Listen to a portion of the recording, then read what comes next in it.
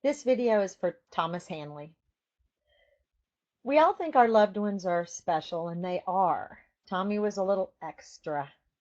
He was born with some handicaps, severe scoliosis, kyphosis, and he was missing a hip socket. The doctors told my mom to take him home and love him. They didn't know how long he would live. He was very well loved, and he had a strong will and a strong spirit, and he lived an amazing 59 years. He went to Jesuit College Prep. He graduated from Texas Tech in communications, had a normal, crazy shenanigan high school and college life like any other kid. And then he had a very illustrious career at Raytheon as a graphical illustrator. He was very well respected, a 25-year-long career. He retired due to medical issues, some complications that led him to then be on a ventilator. He only had two limitations really in his life. He never considered himself disabled or handicapped. One limitation, he could not sit. He stood his entire life. He was either standing or sitting. That was it.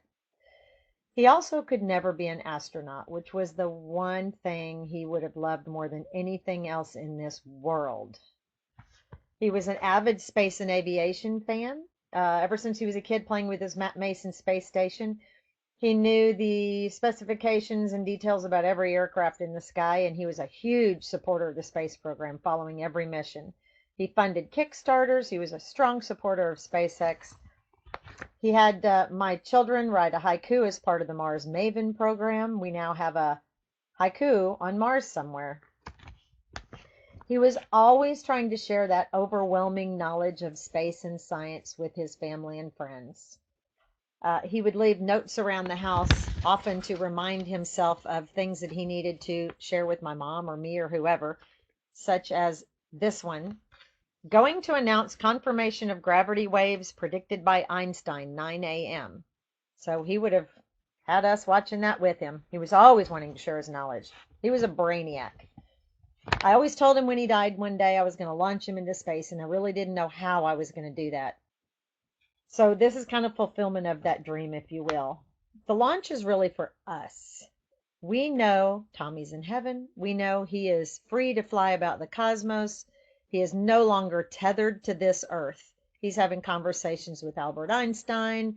He knows the answer to every space question that he still had, and he's probably laughing at how naive we are that we don't know. The space launch is really for us. He would be so happy to be able to share his passion of space with his loved ones on a more personal level.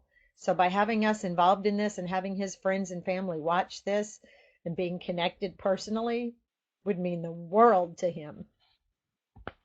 He was one of a kind. He blessed everyone that came across him in a very unique way.